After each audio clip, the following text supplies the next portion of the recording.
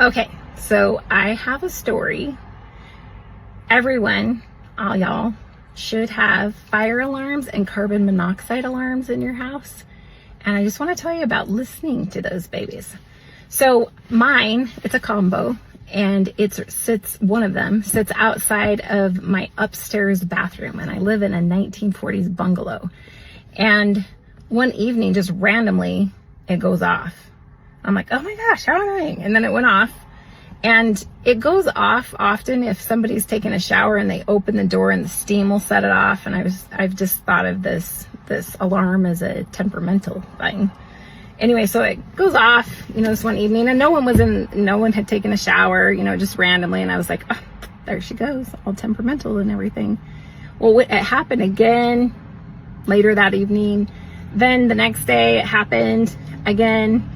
And I just was like, oh my gosh. And I went over and took it down thinking the battery was old, but it was one that's not, you don't change the battery, you get a whole new unit.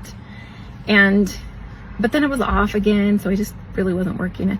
Well, it happened several times. And guys, it was not the fire alarm that was going off. It was the carbon monoxide detector. And I had this year a new AC unit and furnace unit. The only thing we can figure, because the gas company came out, and thank goodness, I figured this out sooner than later.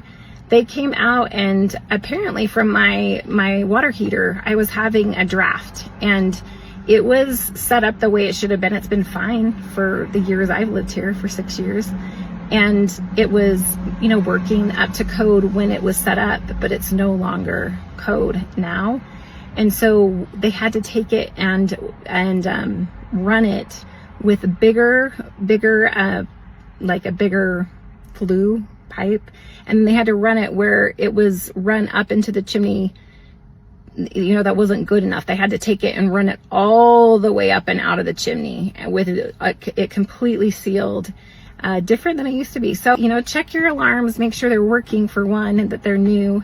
It's something that easily gets overlooked. Oftentimes I go into listing appointments and you'll see old, not working ones. It's just easy to get living life and not take care of it. So I recommend taking care of it, and cheers to living and continuing to live, not dying in your sleep.